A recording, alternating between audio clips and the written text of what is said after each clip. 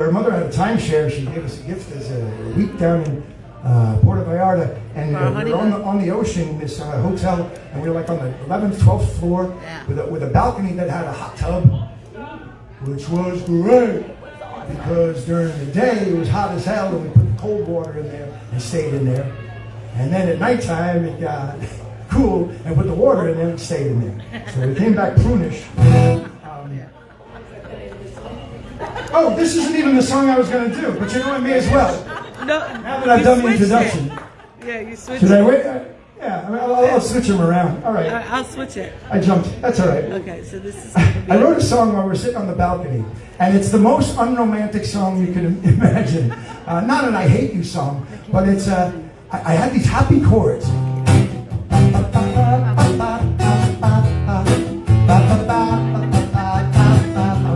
A 1960s jingle or something. I was like, this sounds so much fun, so I'm going to put words to it. But even though we were on our honeymoon, they weren't romantic words. What it ends up being is a guy who is so bad in the romantic department that even in his daydreams, his romantic trysts are terrible and go sour, and she's not interested. And this is in his mind. So it's called an imaginary day. It takes him from the morning, breakfast, noontime to evening, and each time it gets a little worse and worse for our man. But the chords are fun, and I get to whistle. Oh, gotta wet the whistle. It's the only reason I whistle in songs. It's an excuse to drink. Everybody? And everybody drinks. Anyone's got. Oh, Tina, don't wait for me. Don't have to. All right, this is on a CD that I made called Make It So. It's toward the back of its CD, so a lot of you probably didn't get that far. That's a good joke. There I was, in my imaginary morning. I was kissing you, you were yawning. Turned the sky in my head, union blue to Confederate gray. You were dissuading, I was invading, call it a day. So I went to my imaginary breakfast. I was eating you, you got restless. Made the sun in my head start to dry up and wither away. You were enraging, I was engaging, call it a day. I can't stop my daydreams, they keep my mind numbing. They keep on coming, but you don't care, 'cause you're not there. So I walked through my imaginary midday. I was holding you, you looked that way. Made the wheels in my head spin me feet made of pottery clay. You weren't soothing, I wasn't moving, call it a day.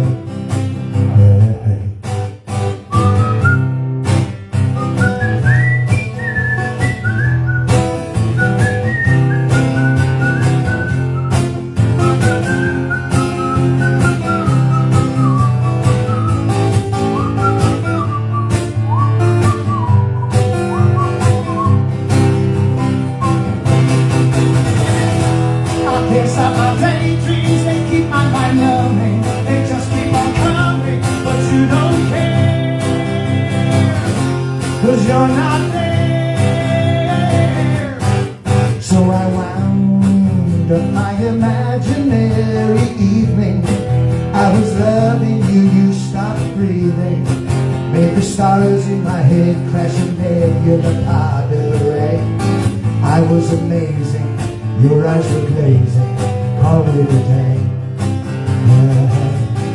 I was amazing, your eyes were glazing, call it a day. Hey, hey, yeah, I was amazing, but your eyes were glazing, so call it a day. Yeehaw. Some silly shit. But not as silly as this next one. Because one time we were camping, and I'm not making this one up. It was even a different campsite. There was a trooper, or whatever, what are they called? Not Park troopers. ranger. Park ranger comes up to us. Scary park ranger. Scary park ranger. and he starts warning us about the porcupines. The porcupines in the area, you gotta watch out because they get under your car and then they chew on your brake lines. You gotta watch out for that. I thought he's full of shit. And then we walked around the lake, and there was, on the other side, there was a porta potty. And on the outside of the porta potty was a sign that said, "Keep door closed. Porcupines eat the toilet seat." So that's two things we learned. So I thought that was ridiculous that porcupines actually do get under your car and start chewing on things. I said, well, isn't that a dick? What a dick of an animal. I thought I was supposed to be cool. What an asshole. So I said, well, what other kind of animals might be assholes? Let's find out. There was a porcupine. She was chewing on my brake lines in the middle of the sunshine.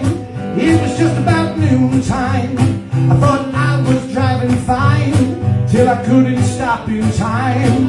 Then I ran into a street sign and I had to pay a hefty fine. And now I'm looking for that porcupine. I want to turn him into pork rinds, cause that's the 4th time he's been chewing on my brake lines. And now my license is suspended. There was an elephant who dressed quite elegant. He told me he could pay half the rent, but then he came and went. Told me that a check was sent, but I never got a single cent. And I couldn't get the money lent, and the landlord was not a gent. And now I'm looking for that elephant. I want to turn him into cellophant. I did not make the rent, and the landlord got hell-bent, and I was cordially evicted. There was a kangaroo. We worked together at the True Value. The boss told us that a load was due, and it had to be stacked before 2. I said, hey, Kangan, it's just me and you. I turned around and he had boogalooed, and I had to do the work of 2 while he was fooling around with my girl Sue. And now I'm looking for that kangaroo. I want to turn him into kanga stew. I didn't get the workload through, and the boss said, I'm firing you. And now I'm unemployed and single.